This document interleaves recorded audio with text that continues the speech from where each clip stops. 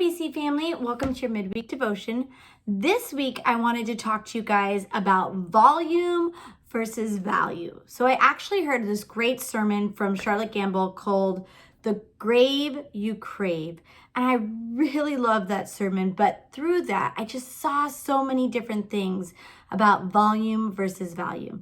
And one of the things that I want to talk about today is how Satan uses his number one tool is deceit, right? His number one tool is trickery, is to get your eyes off of God and on something else, to get your feet off of God's path and down a different path. I mean, he's been doing this since the beginning. In Genesis with Eve, all he had to do was get Eve to crave and desire the one thing she couldn't have. He had to be louder, crank up the volume on what he was trying to pull her towards so that she would lose sight of the value that she was currently living in. So that's the direction we're going to go today with value versus volume. And that's something that the devil is still doing today, right? He's still cranking up that volume, right? That people would choose the TV over the devotion, that they would choose to go out rather than stay in and read the book that they need to read or pray when they feel called to pray, right? It's one of those things where he can turn the volume up on anything. I mean, we live in a state where it's cold and rainy right now.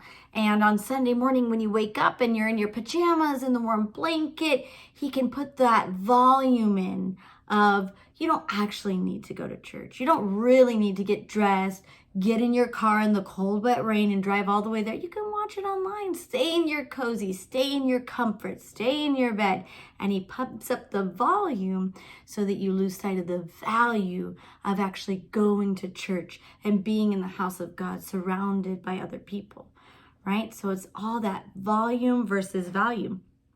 And one of the stories I want to read to you today is Genesis 25, starting in verse 29, and it's all about Esau. So I'm going to go ahead and go to that. Genesis 25, verse 29. Here it is. So I just want you to hear this part about Esau. So Jacob was boiling pottage one day when Esau came from the field and he was faint with hunger. And Esau said to Jacob, I beg of you, let me have some of that red lentil stew to eat, for I am faint and famished. And Jacob answered, then sell me today your birthright, the rights of the firstborn. And Esau said, see here, I am at the point of death. What good can this birthright do me?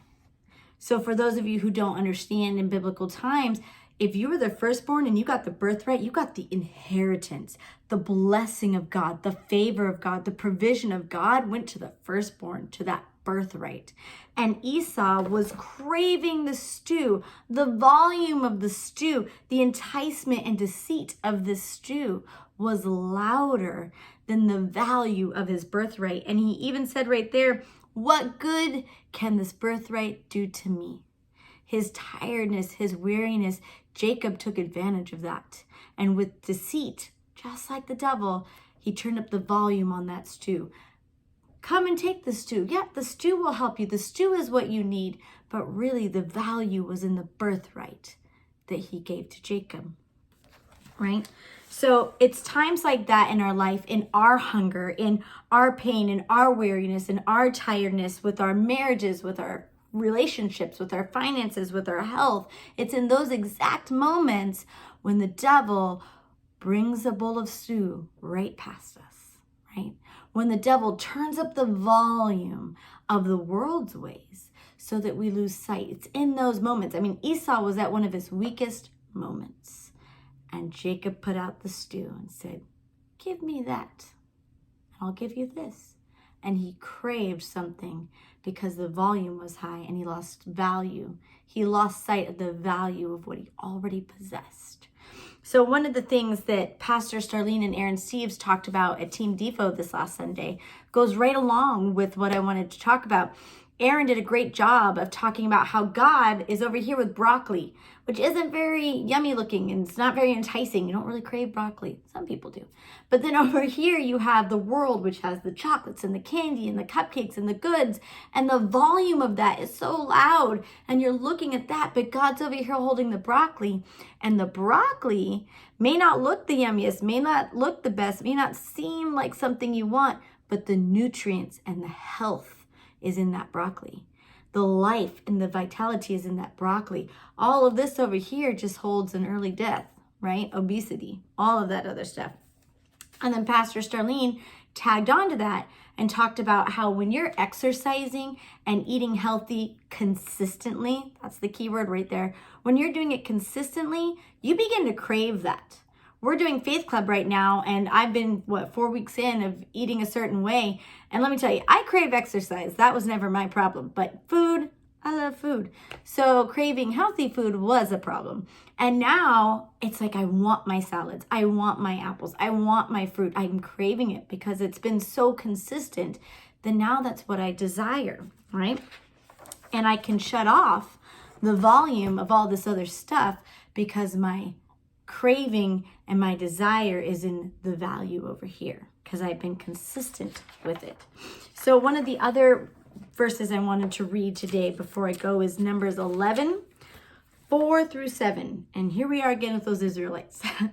But I want you to catch this. So Numbers 11, verse 4.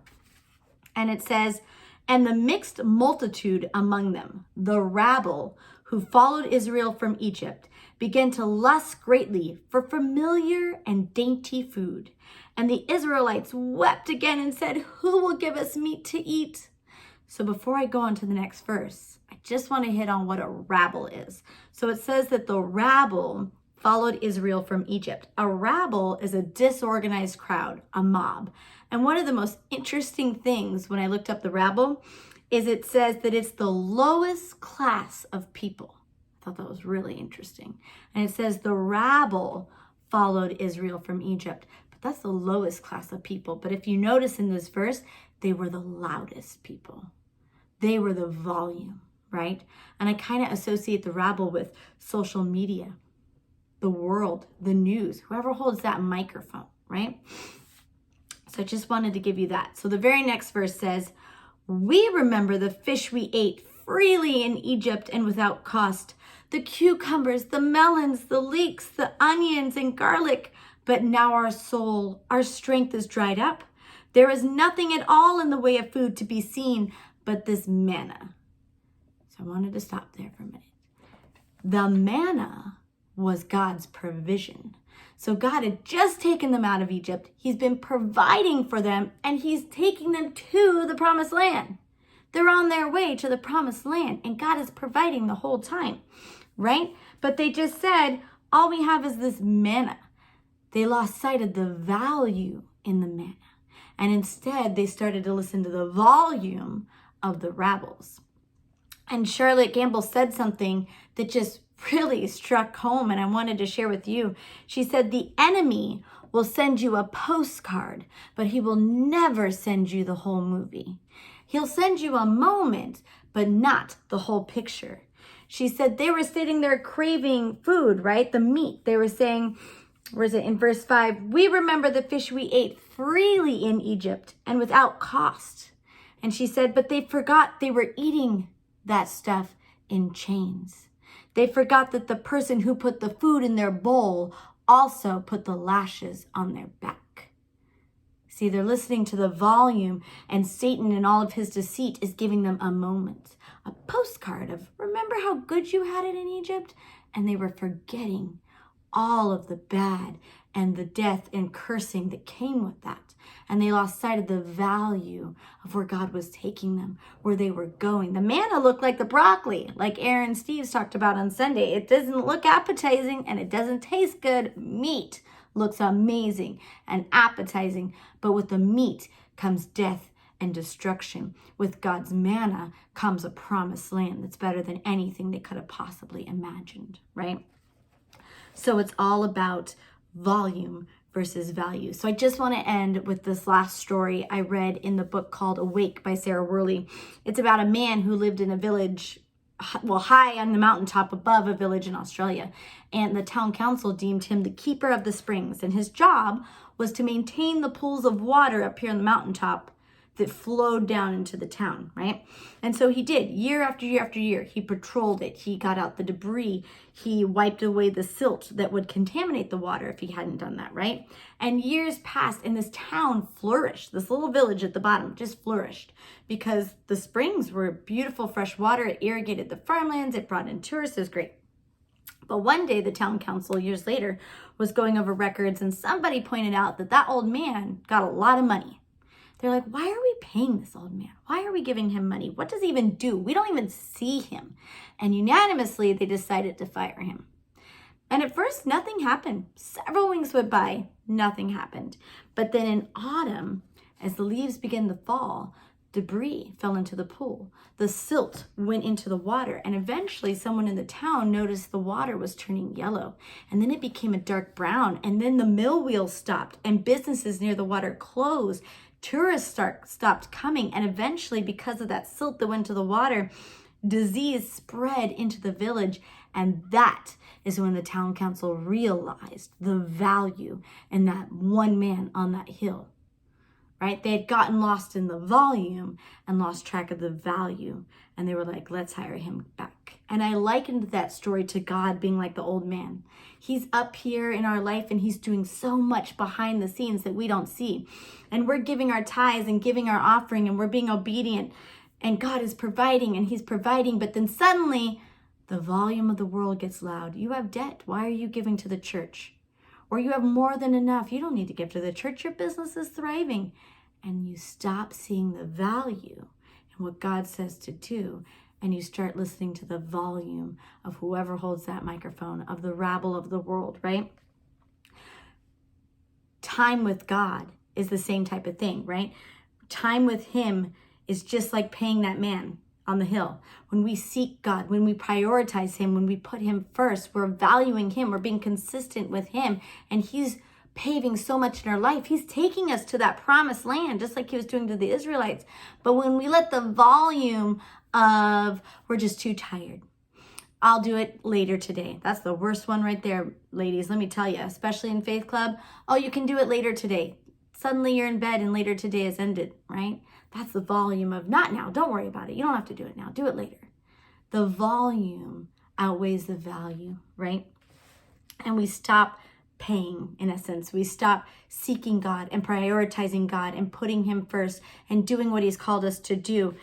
And we stop obeying. And we might not notice right away, but eventually we'll see the destruction and deterioration in our life and we'll realize the value of our time spent. There is value in giving 30 minutes of uninterrupted time to God. There is value in waking up early and going to God first. There is value in being consistent in prioritizing God and his ways. So this week, I want to encourage you to block out the volume, block out the noise, the doubts, all of those things, and put your eyes back on God. Put your heart and trust back where there is value. The Israelites never made it to their promised land because they let the rabble, the volume, outweigh the value of what they had. So this week, don't let the volume, the rabble, the world take away the value that you have in God. Have a great week. Bye.